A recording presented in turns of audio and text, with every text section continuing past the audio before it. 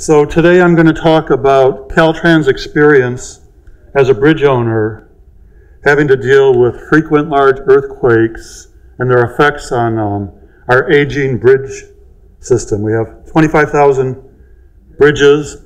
Most of them were built in the 1960s when the interstate highway system was being built in the United States, and so before we really started designing for earthquakes. And so now we're dealing with having such a big inventory of bridges that are not designed for seismic. So my talk today, we're going to look at the types of bridge damage that we think that FRP can help us take care of. And before we started using FRP, we had to do some seismic research. And so I'll talk about the research we did before we started using FRP. Then after we'd finished the research, we were able to start writing our seismic design criteria for FRP. Caltrans writes all its own seismic criteria. And then we're going to look at a bunch of case studies using FRP. And finally, if we have time, we're going to look a little bit at using FRP for post-earthquake repair bridges. And then maybe a few conclusions. Okay? Shall we start? So, bridge damage. You know, at Caltrans, we only retrofit to prevent collapse. We don't retrofit bridges to stay in service after earthquakes. I mean, we probably don't know how to, but and we certainly can't afford to. So all our retrofits are just to prevent collapse. Do you think these bridges have collapsed? Anyone? Are these collapsed bridges? Hard to get these guys going. No, these bridges aren't collapsed. They're still standing, but they're severely damaged. And these are the types of damage that we're hoping FRP, or we believe that FRP composites are going to prevent. So the first type of damage is column shear. And column shear is caused to stiff columns with inadequate transverse reinforcement shaken by a strong earthquake. And then this is flexural damage. Flexural damage happens to taller columns with inadequate transverse reinforcement at the areas of maximum moment, shaken by a strong earthquake. Right? And so then we have two other types of damage. We have bar slip or bar pullout. And this happens either you have a lap splice. At Caltrans, we don't allow on a new bridge to have a lap splice in what we call the capacity protected area or in the plastic hinge area. But in the old days, they had lots of lap splices, and if these bridges are shaken, then the columns just fall over. And then finally, joint shear damage, and that's caused when you have a strong column and a strong bent cap, and where they're connected together, these strong elements just destroy this weaker joint, maybe with inadequate reinforcement. So the rest of my talk today, we're going to talk about how FRP can be used to take care of these four types of earthquake damage. So after the 1987 Whittier Narrows earthquake and then the 1989 Loma Prieta earthquake pushed Caltrans to start a giant retrofit program of our entire bridge inventory. And so we wanted to use FRP as one of the tools for retrofitting bridges. But so the first thing we did was start a research program to look at FRP. Now, at the time in 1990, there were 6 different methods of wrapping columns with FRP. And today, do you know how many methods Caltrans uses? Just one. Can you guess which one it is? I'll tell you at the end. So we started the high-tech retrofit program in 1990. And the high-tech program was meant to pre-qualify FRP composites so Caltrans could use them in any retrofit project. They're pre-approved, and so they can just be used by the contractor. Now, so this test was for four systems. Exus was an automated winding of carbon fiber. Fife and Hexcel were e-glass woven fabric, and CMI was prefabricated e-glass shells. And so those are the four that volunteered to be in our program. And so we tested them for two different column shapes, circular and square, and for circular and for shear, just like we were talking about shear damage, flexural damage, and bad splice for bar slip damage. So these were the specimens that were used, unretrofitted, then retrofitted for the program. So these are the shear specimens for testing. They're short, they have inadequate transverse reinforcement, and they're fairly strong. So square and circular and square. And then we have specimens for flexure, taller, still inadequate hoops with a splice, which nowadays our hoops would be like number 8 bars with welded together, and also a square stirrup with a splice for flexure. And then finally, lap splice, so with a poor lap splice. Of course, Caltrans, we consider any splice in the plastic hinge area a bad splice. Okay, so those are the specimens that we wrapped with our 4 different types of fabric, 4 manufacturers. And so this was a test setup. So in those days, we mostly used actuators. Nowadays, we mostly use shake tables. And this actuator has a pin on top, so the columns are fixed on the bottom, pinned on top. And basically what they do is for each column wrap, they calculate what the idealized shear is on it. And then once you know, I should say the yield displacement. So here's the yield displacement. Well, in this case, it's the yield curvature. So I notice you guys call it chord rotation. I don't know if that's the same as curvature. Maybe that's just rotation, theta. But this is phi, the curvature. So at yield. And then they just keep ramping it up. So I can't remember. I think they go ductility of 1, which is displacement equal to the yield displacement. And they go up to 3, 5, 7, 9 until it can't take any more load, right? And so here's the setup. The columns were tested at UC San Diego, UC Irvine, University of Southern California, and University of Nevada, Reno. But they all had pretty much the same setup. And so there's the circular column. And then for the shear columns, or the rectangular columns, they were all pushed in the strong direction, right? So you can see here, the column failed, it formed a plastic hinge before the fiber ruptured, which is the way we like it. And because we're basically, for all these tests, we're hoping to form a plastic hinge and get a lot of displacement out of these before they fail. Okay, so then the results from the testing. So the 4 different manufacturers, the 4 different systems, Fife, Hexcel, CMI, and Exus. And so basically, we're not going to have time to look at all this, and I put my report in WOVA if you want to look at it, but basically what you should notice is that the displacement, I think that's column, okay, so first you see the unretrofitted as-built column, its performance, which is, pretty low. Then they have the retrofitted with the fiber, and then finally they show the performance between the retrofitted and unretrofitted. So in this case, this is a circular shear test, and they got displacements of the wrapped over the unwrapped between 5 and 7, or almost 8, I guess. Yeah, 7.7.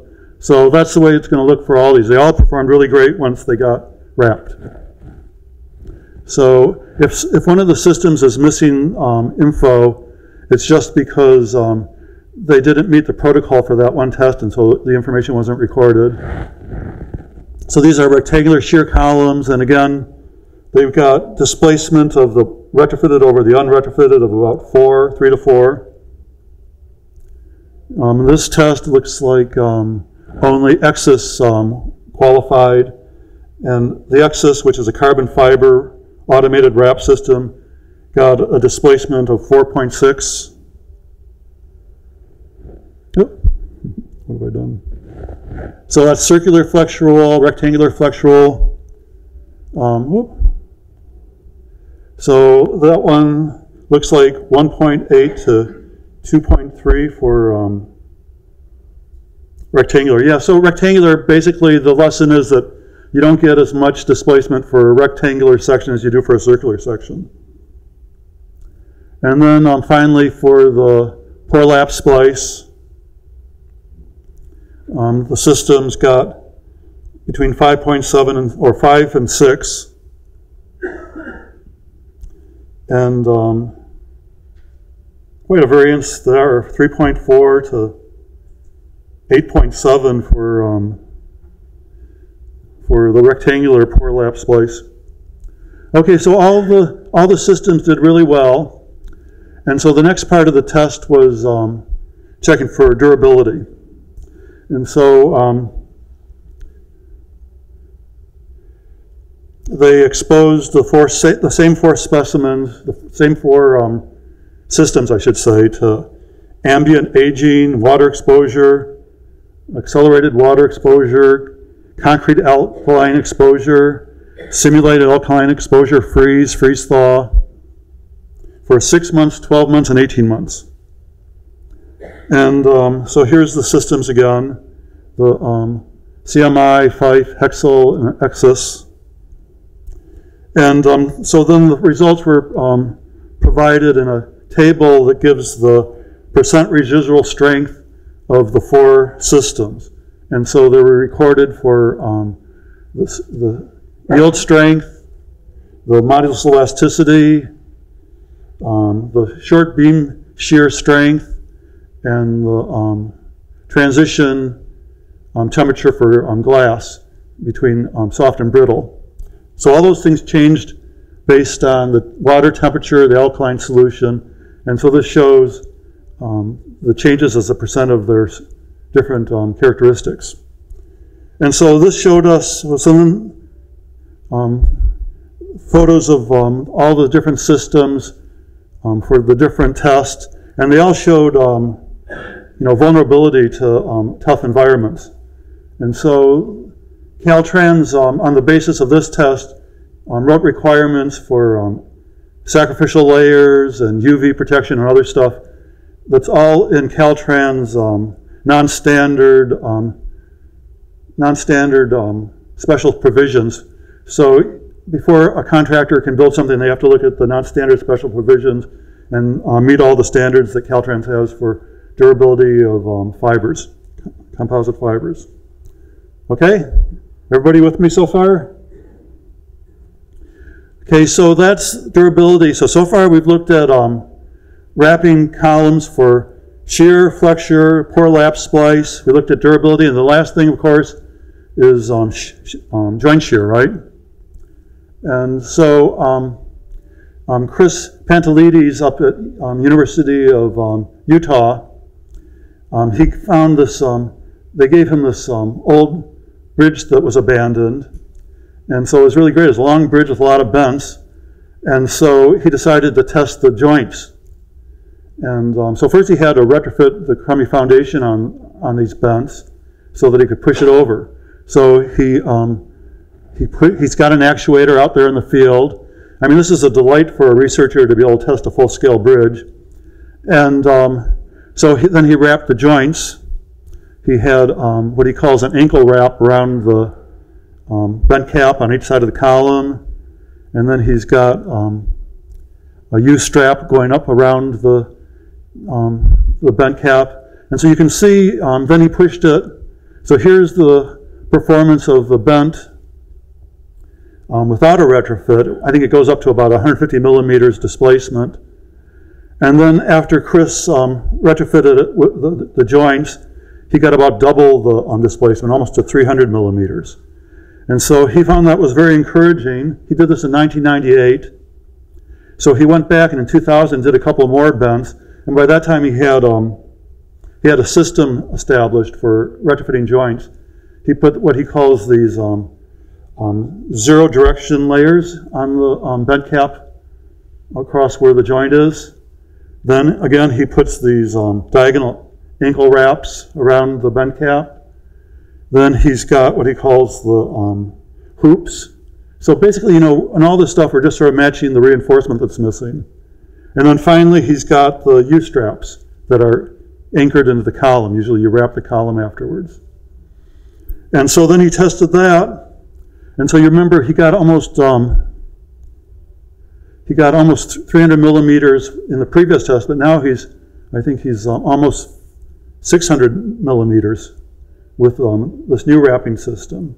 And so he just, as he was pushing the bent cap over, he said that at 4% drift, the east column, the U-strap ruptured at about 4% drift. At 5.5% drift, there was a slip of some of the longitudinal steel in the column. And then, you know, really failure at 6%. There's a crack, a shear crack right across the bent cap.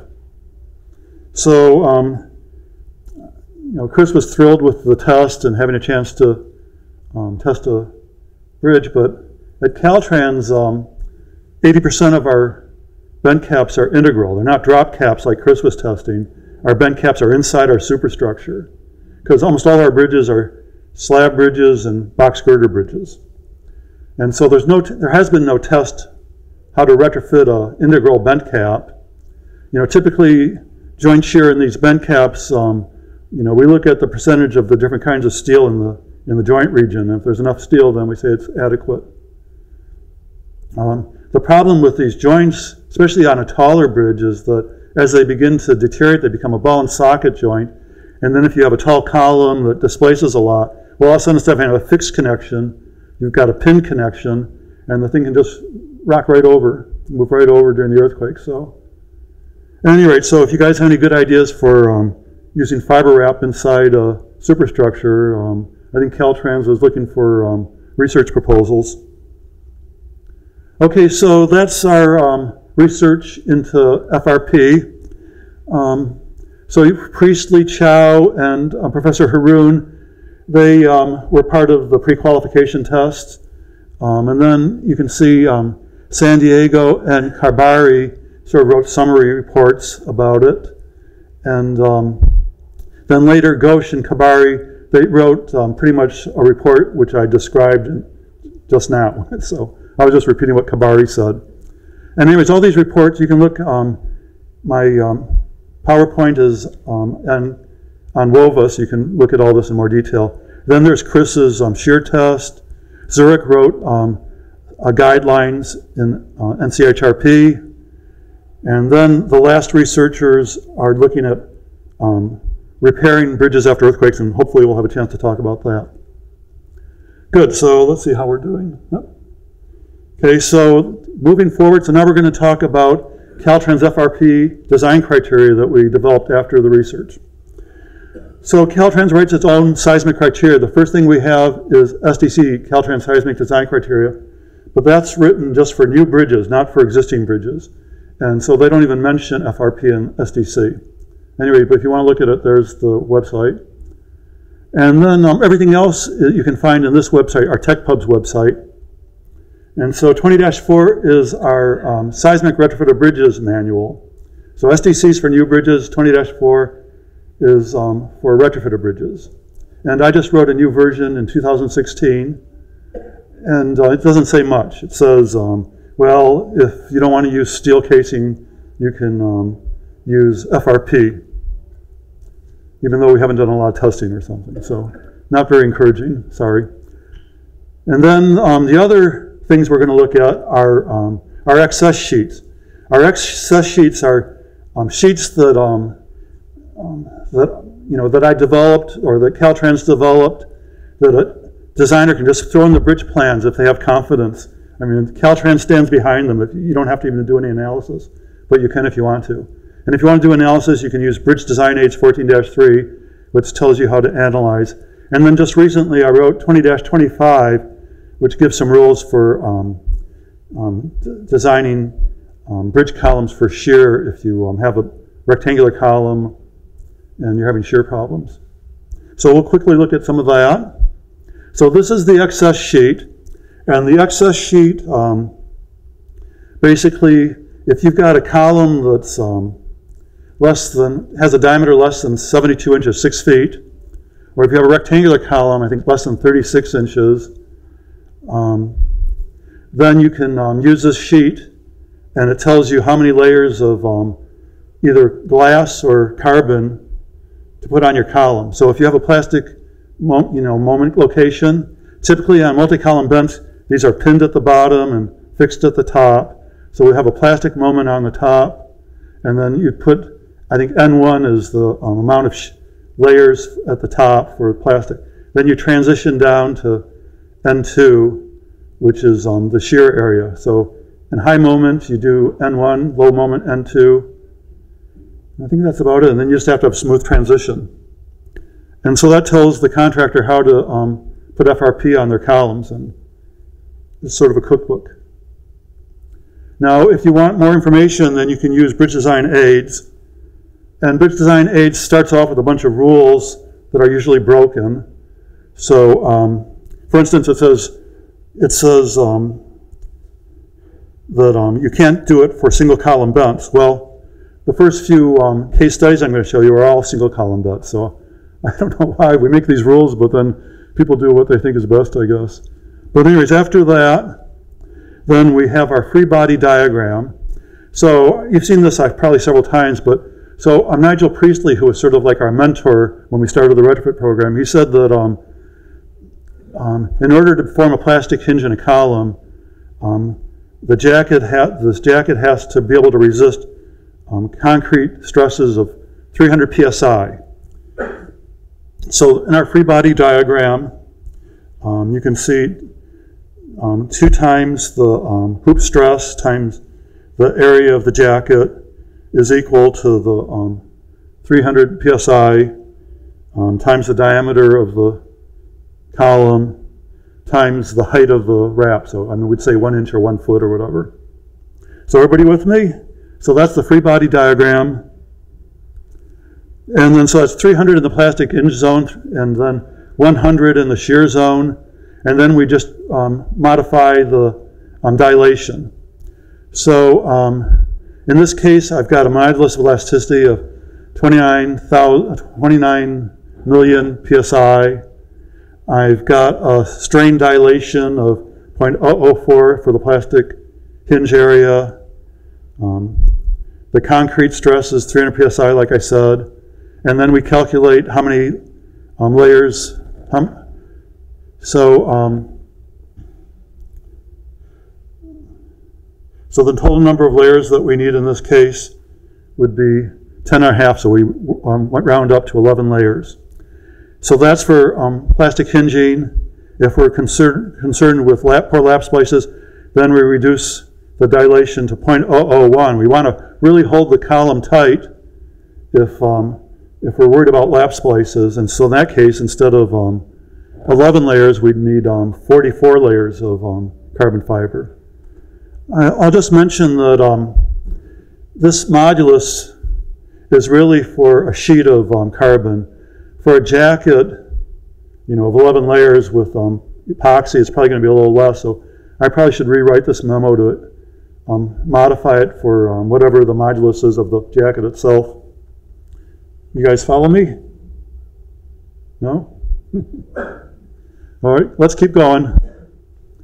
So the last thing is for shear in the column. And so this was what happened was Mina down in Diamond Bar, she called and she had a column in the middle of heavy traffic down in Orange County.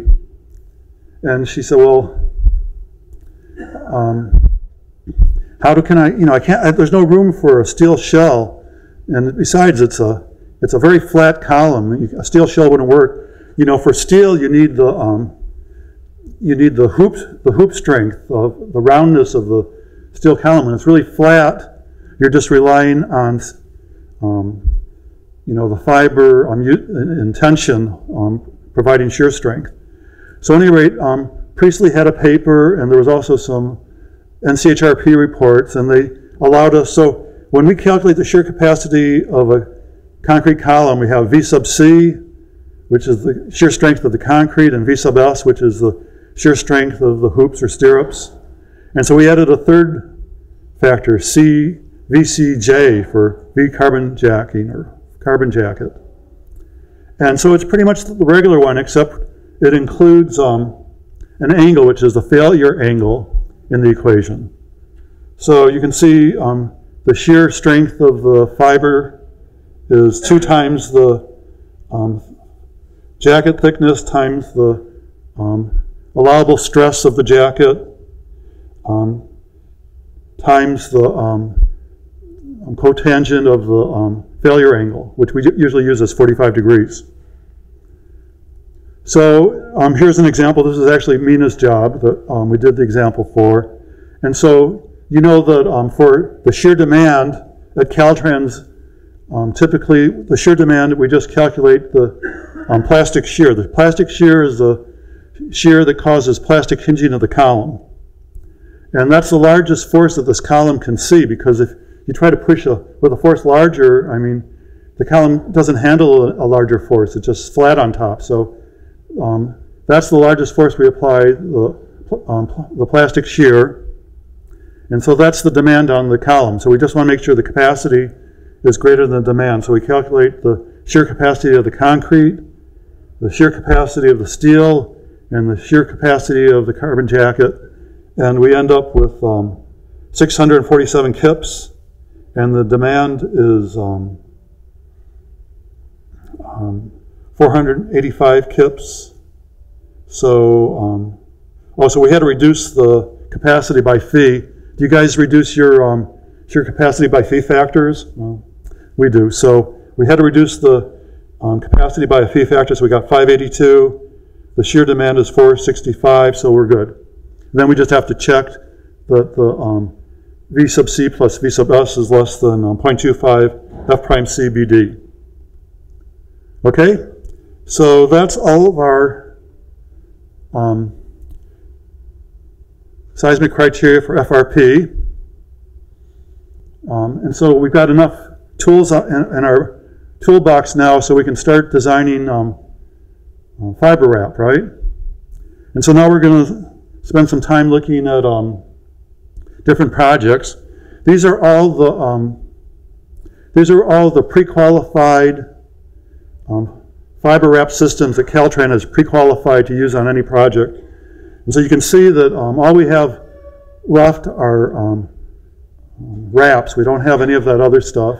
And we've got 3 pre-approved E-glass, and everything else is carbon. So anyways, I tried to look at the cost data for the last year for, these are all steel jackets. Steel jackets you pay for them by the pound. And so a steel jacket is, I figured out on the average from all these numbers from last year, it's cost about $7.50 per pound. But unfortunately, fiber wrap is square foot. So first I had to convert steel jacket cost from pounds per cubic foot to how much a square foot of a half-inch thick steel jacket would cost, which is probably the average. It's about half an inch thick, sorry. Half an inch thick, 1 square foot of steel jacket. So that would cost about $200. And a square foot of FRP based on the data for the last year, cost about, what did I say, $86. So it looks like steel casing is more expensive, 2.5 times more expensive. Huh? But then I was looking at the total cost per project, and it looked like the total cost of each project, the FRP was more expensive than the steel.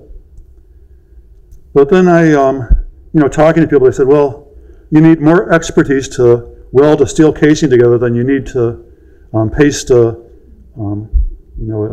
FRP jacket onto a column. So it probably requires less work. Also, if you look at the projects we're going to look at now, you're going to see that almost all the time the contractor asks for a change order when there's steel jackets and says, I want to do FRP instead.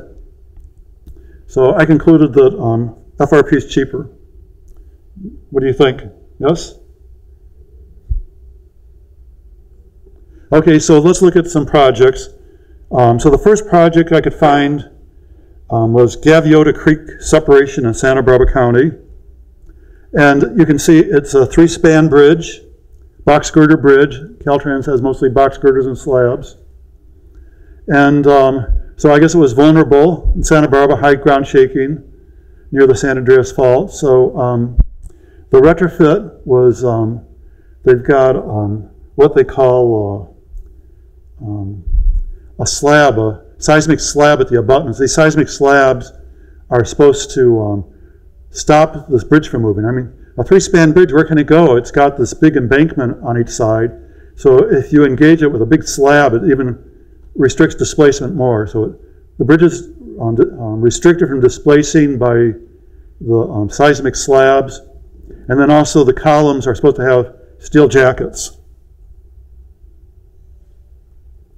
But you're going to see this all the time. What happened was when the contractor started work, he asked our structural rep if they could change the steel jacket to FRP, and that's what they did. So this project was done by Ed Fife, and an early project. All the early projects were primarily glass. The epoxy is awfully dark on this. Maybe it was like, I think Ed was still maybe testing the different epoxies to use. But it's been holding up fine. Okay, the next one is the Route 25 separation in LA. Again, it's another one where they asked for steel. The part we're going to look at is this little connector over here. So you can see that they asked for steel, but they ended up asking for a change order to go to FRP. And so typically when you, when you strengthen a column now so it can form a full plastic hinge, then you've got to strengthen the foundation, because now it's going to take larger shears in moments due to the stronger column. And so typically, unless you don't, these are single column bends, so you really need to strengthen the column, or the footing rather.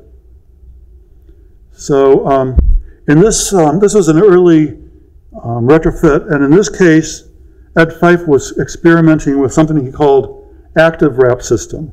So he put these diaphragms at the top and the bottom of a few columns, and then he pressurized the grout inside these to 100 psi, and he was thinking that would give it a more active, confinement. And then once he did that, then he wrapped the whole thing like normal. So there it is, a typical wrap, but except it's got these active pressurized grouts at the top and bottom of the column. And so this is in Los Angeles. There's the completed. And so we went out to look at it after the earthquake. We looked at all the bridges after the Northridge earthquake in '94. And it looked fine. We thought, great, E-glass is great. This bridge didn't have any damage during the Northridge earthquake. Until about a year later, then all of a sudden, the top active grout on this column suddenly burst. And people driving by, were freaked out. They said, what happened to that column? But I think that's okay. And Ed came and he repaired it right away. But it was, innovative. And I think at the beginning of these new programs, you have to be innovative. You got to try new things, and it doesn't always work out, but it's just part of the process. Okay. So the next bridge we're going to look at is an arch bridge. And so we also retrofitted a lot of arch bridges. And I think this one just says confinement. It doesn't say what kind of confinement. So it's a two-span arch and with some approaches. And I think they were supposed to confine the shorter approach vents and also the shorter arch spandrel columns. The arch spandrel columns, the shorter ones, take all the load, and so they're going to fail in shear. So we usually have to retrofit those.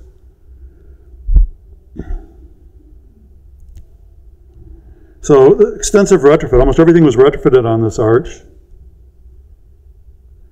And originally they were planning on putting a concrete jacket on these short columns, but this is so much work. You've got to remove the cover concrete and expose the rebar, and you got to anchor new rebar in and then pour new concrete around. It's so much easier just to wrap it, and so that's what happened. They just wrapped it and made the job a lot faster. And so here you can see the completed retrofit. It looks like maybe they wrapped the pedestal with concrete, and then the spandrel column was wrapped with e-glass. And you can see the taller columns, no retrofit, because they're just going along for the ride. They're nice and flexible. So there's the completed project. Okay, we did another arch bridge, but this project was very much more problematic. And what happened was, so again, they wanted to wrap the bottom of all the spandrel columns with FRP. And maybe there was a lap slice problem, or maybe there was a plastic moment at the bottom they wanted to restrain. And so we were going to use Exus Systems. Exus System has the RoboWrap, the Robo Wrapper that wraps the columns with carbon fiber tow. And it's got a portable oven that uses to cure the carbon fiber. It was tested at UCSD in the field and in the lab, and it did a fine job. But in the field, on that column, we waited and waited and we tried to be patient. But Exus System just couldn't seem to wrap the columns. We didn't interfere with them. We let them spend as much time as they wanted on the project, but they just couldn't wrap it. And so finally, Ed Fife came in on a separate contract, wrapped the columns. But Exus Systems, their system didn't really work that well, and so they sued Caltrans. They sued Caltrans for $2 million. They said that we demeaned their product and that we insulted the owner or something. So I know there's some contractors that they don't even care about the project itself. They're just trying to find loopholes so they can make money in lawsuits, but it's all just part of the process, I guess. So that's the final project with Ed Fife's wrap at the end of the bridge. They also had a demonstration project. This is the Santa Monica Viaduct, 271 spans. And so anyone who wanted to could demonstrate their, mostly you can see these prefab shells were tested on it, and they all performed pretty well, so it was nice. Okay, this was an interesting project. This is Yolo Causeway near Sacramento in a liquefiable area, and you can see that these are the pile, where the pile extensions meet the piles. They're getting a wrap. Just on the older piles, this bridge has been widened several times, so the widening is good, but the existing piles are getting wrapped right at the lap splice. The soil is liquefiable. It's not a high seismic area, but you have to do something. So, so they used, I think, the SnapRite system that C.C. Myers was using, and it's like several layers. They're split open on one end, and you just wrap several times and rotate them slightly, so maybe 4 layers to complete the wrap. And so here they are wrapping the pile extension to piles. And then here's the project 18 years later. I just wanted to mention that this is the Yolo bypass. This area is flooded every winter. It's to protect Sacramento from the Sacramento River flooding the city. So this whole area gets flooded instead. But these fiber-wrapped, prefabricated shells work fine. They're still in great shape 18 years later. So that's good durability. Okay, we're going to go back to Utah. In 2000, they identified 25 bridges on I-80 that either were in terrible shape or were seismically deficient, and they all need to be repaired or retrofitted before the 2004 Olympics. And so, so the columns were in bad shape, and so there's 10 workers on forklifts were able to move around each column and wrap them. So they used a lot of fiber wrap. They were big into quality assurance and quality control, so they tested every fiber for each column. And they also retrofitted 5 bend caps and joints for shear using Chris Pantelides' method. And so you can see that they've got the ankle wraps and all the different wraps that are required, and then at the end they covered it in protection from UV, etc.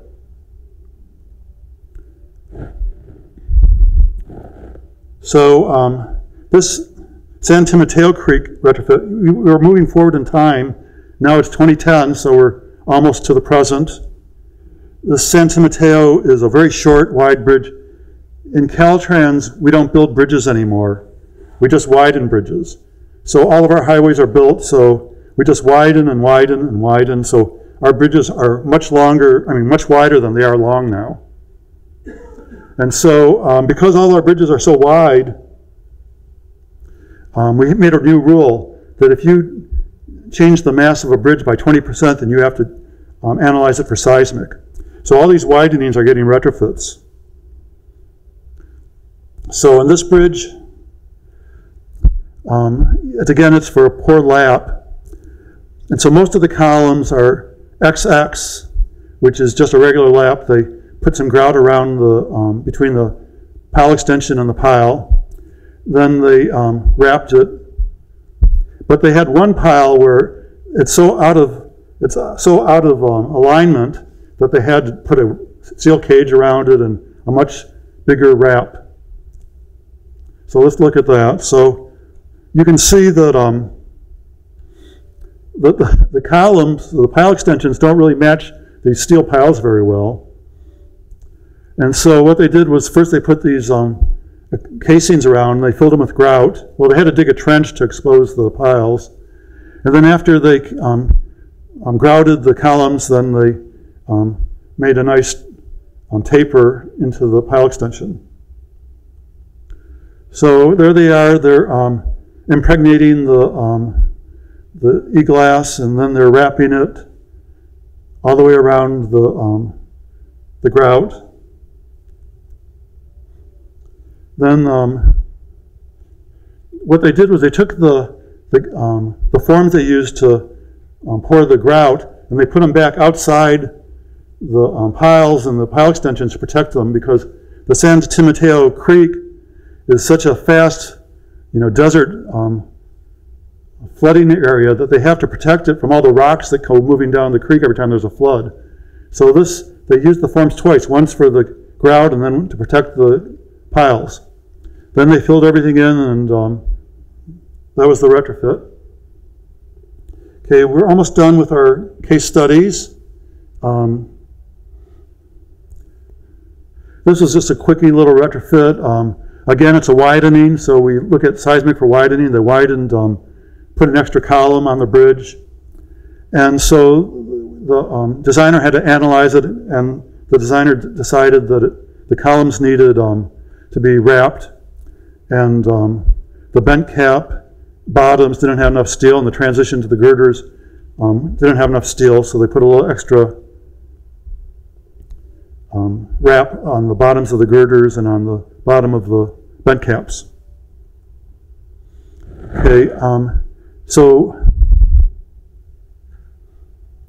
this is Mina's job, that shear critical job that we wrote that memo for.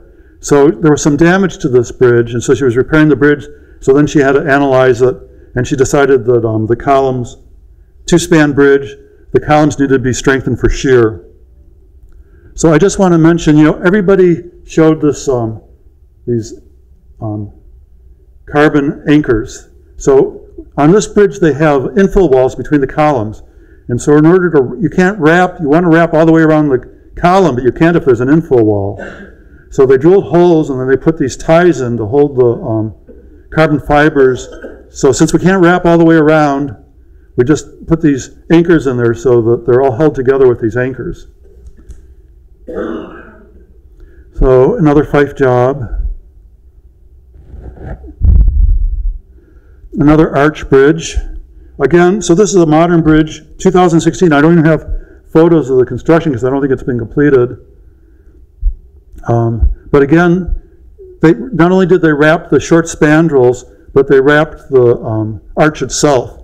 So the arch was being wrapped, and so again, the arch is being wrapped, but it can't go around the column. So again, they have anchors. Those same anchors that we talked about. They just shove these anchors in here and epoxy them.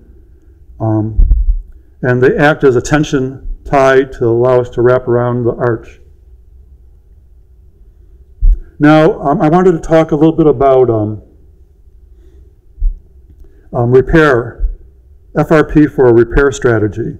So after the Northridge earthquake, this short, very short column bridge was seriously damaged in shear. All the columns were damaged in shear. And so Kelly Holden was asked to use a demonstration project to see if it was possible to repair these shear damaged columns. And so first they tried to epoxy grout all the cracks, but it was such a mess. I mean, there's so many cracks in a severely shear damaged column. What they did was they cored the column after they epoxy grouted it, but it was still in pieces. I mean, it was impossible to get it grouted and everything. But then Kelly had this idea. She said, well, I'm going to fiber wrap the column, and then I'm going to epoxy grout the cracks after it's wrapped. And that worked really well. No mess, and she was able to fill all the cracks. The other alternative was she moved all the concrete, put new steel cage in, and then cast new concrete, but that took forever. So we thought that's a pretty good idea. And I guess it caught on. Professor Saidi at University of Nevada, Reno. So now instead of actuators, we've got a big, 3 shake tables. I think this is a quarter scale bridge. And he tested this, he damaged the columns, and he wanted to see if he could repair them and get them to behave as well as before. So these columns are designed to current seismic standards, so they're good columns. Then he shook them until he calls it damage state 5. I mean, they look okay. I would call them damage state 4, but they are pretty damaged. So then after he damaged the columns, he had to straighten the columns back up. He has to push them back up. What have we done?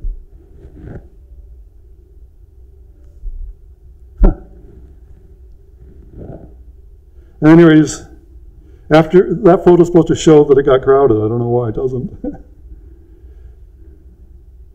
Oh, maybe I got to go like that to show it. This is Professor Saidi's slides. I didn't realize. So there he goes. He did a nice job grouting. He didn't use the fiber wrap to grout. I guess he felt this was fine.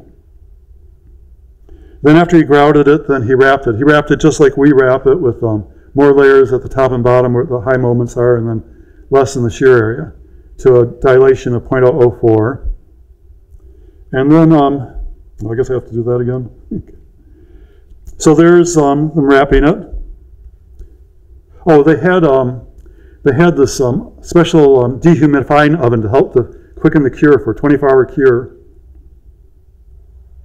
And then they shook it again till couldn't take any more load. And then he compared he compared the displacement for the damage and then repaired to the original. So the original was designed well for seismic. The wrapped, was just what you saw, and so it has more displacement. But Professor Saidi says, well, no, the ductility is only 0.95, and the reason he's actually it's not the ductility. He's saying that the ductility of the repaired versus the ductility of the original is 0.95, and he said the reason he's doing that is because the yield displacement on the repaired one is way up here, so so it has less ductility from here to here than the original one had from here to here. So, at any rate, you remember Chris Pantelides? He did something similar. He damaged some columns, and then he wanted to see if he could repair them. But he had an even faster idea. He said, well, I'm going to take a sonotube. Sonotubes are how you pour a column. I'm going to wrap I'm going to fill the sonotube with concrete, and then I'm going to wrap it with carbon fiber. And I think he put some headed reinforcement inside there. And then, so he moved the plastic hinge. So the plastic hinge was down here, but it was damaged. Now he moved the plastic hinge up here where it's not damaged. And then he tested it. And so he shook it, and so you can see that the black is the original column behavior and the red. So it's surprising, he just moved the plastic hinge up and he still gets about the same, displacement as the original. That's it. So conclusions. So anyways, Chris on his repair, he said, well, I can repair a bridge using that technique in 12 hours. So you can have a bridge that had severe column damage, gets repaired using Chris's method in 12 hours, it's back in service. Caltrans now has a senior specialist who works on seismic criteria for FRP, and any designer who wants help using FRP, he'll provide them guidance. Caltrans has done research which results in pre-qualified FRP products. Research is continuing, as you've seen, and new applications are being discovered. As I said, we now have FRP repairs in 12 hours. And FRPs can be used to turn a vulnerable bridge into a resilient structure. Thank you.